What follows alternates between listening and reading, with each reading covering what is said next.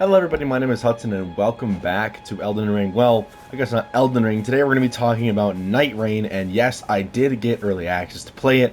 They did a play test to test their matchmaking abilities because this game is going to be more online, and both Houston, Estevan, and I, all the members of the channel, were able to get a code for it. It's super honored to be a part of it. As you can see, I'm not actually in the game right now because I'm not going to show much of it. I was, there's an agreement that we had to sign and agree that we would now not stream it, broadcast it, record any of it. But I do have a couple pictures I will show you guys in a second. First thing, we're going to talk about what the game is going to be, what it is, and what we figured out from it. So it is going to be a 3-player game. If you log in solo, it looks like it's going to queue you with 3 other people. There was no solo mode. So what it is 3 people drop into a map. I believe they're going to be randomly generated, but for this, and for the one we did, it was a singular style map every single time because it was only 9 gigabytes because, like I said, it's just a play test. But for the character classes, there was the Wilder, the Guardian, and the Duchess. There was a couple, and as well as the Recluse, which is like a one that you could find and unlock. And basically, you all dropped in on the map, and the storm was closing. And yeah, it's basically Battle Royale. I personally am not. I'm excited, but I was a little disappointed. So there's 3 nights you have to survive each night. There is randomly generated bosses, mobs, stuff you can rune farm, get your levels up, but every single night in theory is supposed to be different. The storm slowly closes, and as it closes, in the very final circle, a final boss for the night spawns in, and you basically have to fight him.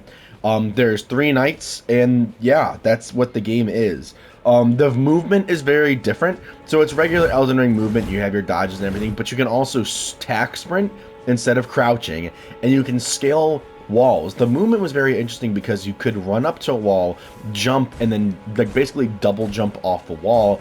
And most walls were climbable. It really was like there was no area in the game that you couldn't access. Like even a building like this, you could get on top of it, and there was stuff up there, and it was pretty easy.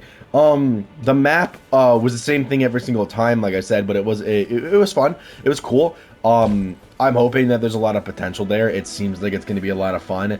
But the more important thing I wanted to touch on was your abilities. So if you held triangle, you had a left trigger and a right trigger ability. If you're playing on PlayStation, it'd be, I believe, Y for Xbox, still left trigger, right trigger.